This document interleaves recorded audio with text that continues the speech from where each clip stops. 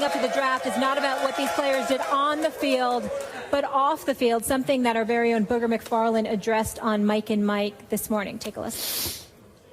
The NFL is 70% African American. And, you know, it really pains me to see a lot of young black players who, most of them grew up like I did, without a dad, without having much. I mean, my mother raised me on welfare. We didn't have much. And so I was very fortunate to get the opportunity to play professional football, and I took advantage of it. And to see some of these guys that really could care less about the opportunity to take care of their family or take care of their mother, who a lot of times is providing for them without much, really, really pains me. Stephen A., I know how much you care about your community. What's your reaction to what you just heard from Booger McFarland? I'm sad in that regard. It's painfully correct. Here's the deal. Black folks, particularly black men, ain't the only one to have issues. Latinos, whites, alcohol, drugs, etc. So I don't want anybody to interpret what I'm about to say in any way that it's a black problem. It's a problem. But I'm a black man.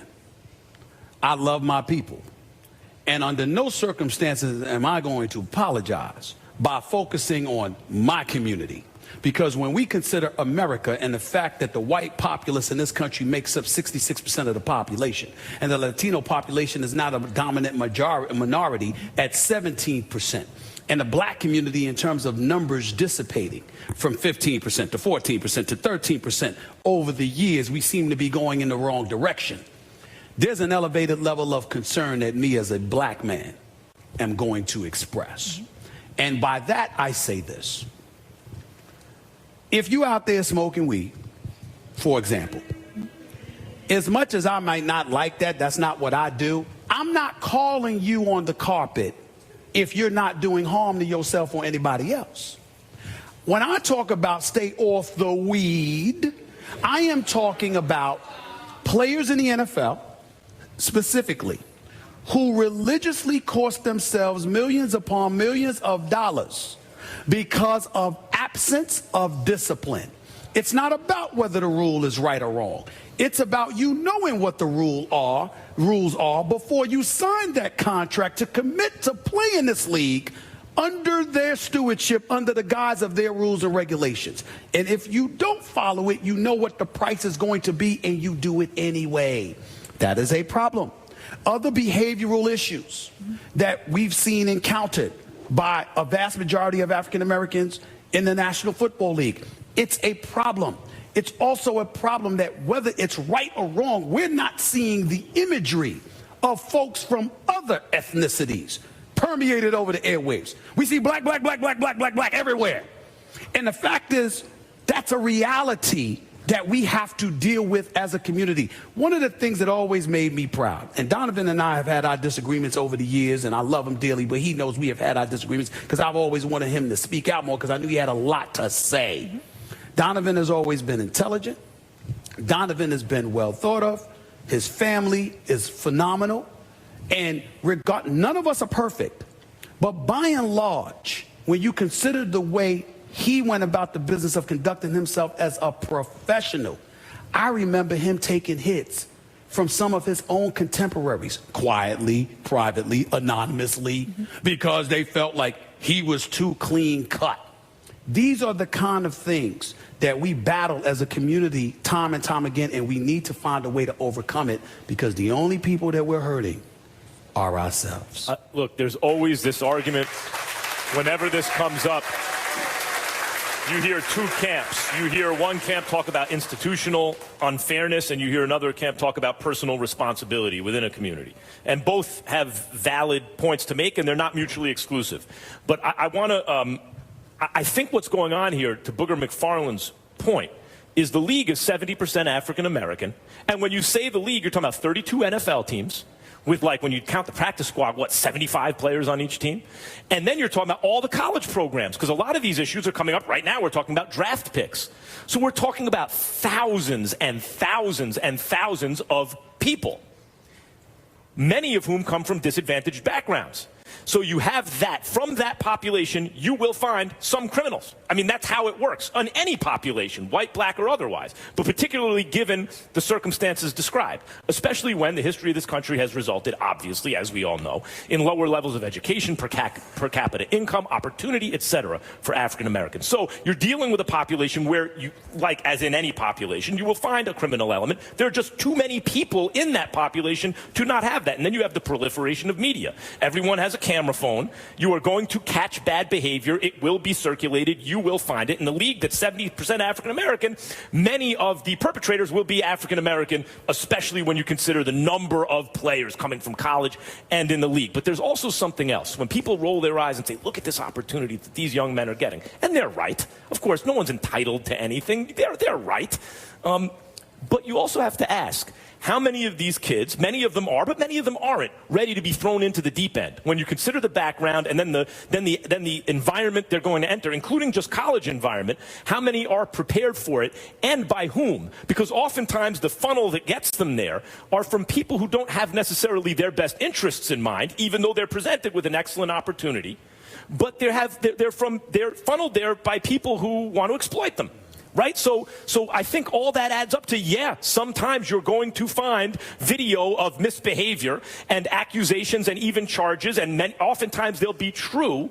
And I don't know if it's more of a problem now than it's ever been, or if people, because of the proliferation of media, are more aware of it. You know, I look at it in a sense, and it's unfair because obviously we do look up and we see black, black, black, black, black, and you wonder, you know, and I think from an eye standpoint, I think people kind of take the understanding of thinking, you know, that it's all black people. And I'm with Stephen A. I only speak for my own race because, you know, when I look in the crowd today, I see my people. They're here to support us. And so they understand kind of the things that are asked of us. Stephen A. brought up the way I handle things. Now, I'm not perfect by any means. Everyone can kind of go in to find out what's happened to me or what I've been involved in. And I'm not going to sit here and act like I'm the most perfect guy out here. But the most important thing, while I played, I understood the game.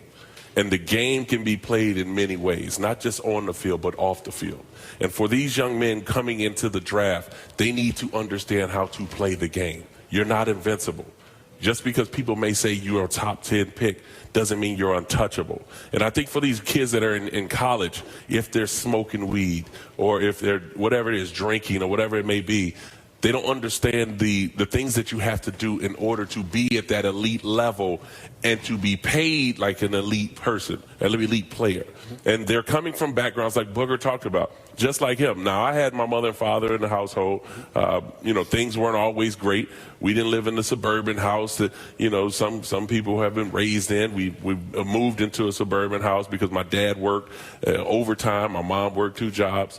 But it was still one in which I was raised a different way, but you still been raised by somebody, if it's by one parent or if it's by 2. Yeah. There's things that you learn throughout the course of your childhood that you have to put in consideration when you get older, learning how to play the game. And that's doing the right things under the rules that are set for you to be successful. And it's very important, as I say this, being from Hollis, Queens, New York City, growing up, being surrounded, drugs, drug dealers, the whole nine. They saved my life, kept me off the streets, even though they were on it. But let's be clear about something here. When Donovan talks about playing the game, people look at that as not being real. Right. It's being very real because the game is very real. You can't have an attitude. I'm going to do what I want, when I want, how I want, with whom I want, but could you give me some money?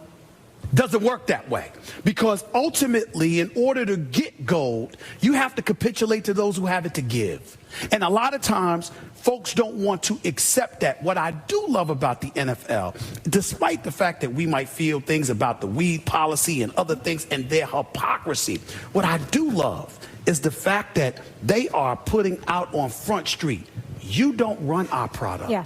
We do. And if you want to participate, you're going to have to acquiesce. And that's a very important lesson for all communities with the generations on the come up to learn, because we got too many youngsters out here who want to do what the hell they want to do and don't believe they have to answer to anybody. That is not reality. That is not reality. It's called Not for Long for a reason, right? The National Football League. But again, I want to reiterate, this isn't just a black or African American issue. The domestic violence and weed and all these different things we're seeing in this draft. All races are but it is important that the black athlete recognize your face is the one that's being plastered all over the place. Black, black, black, black, black everywhere. Right. We can sit up there and act like we don't notice, but it's very noticeable. Very. We'll leave it there. Donovan's sticking with us. When we come back, we're going to talk more about quarterbacks and this year's NFL draft. We want you guys to keep weighing in on our poll. Which quarterback do you want taken by your team? These guys will make their choice after the break. First take on the road from Chickies and Beats in South Philly. Stay here.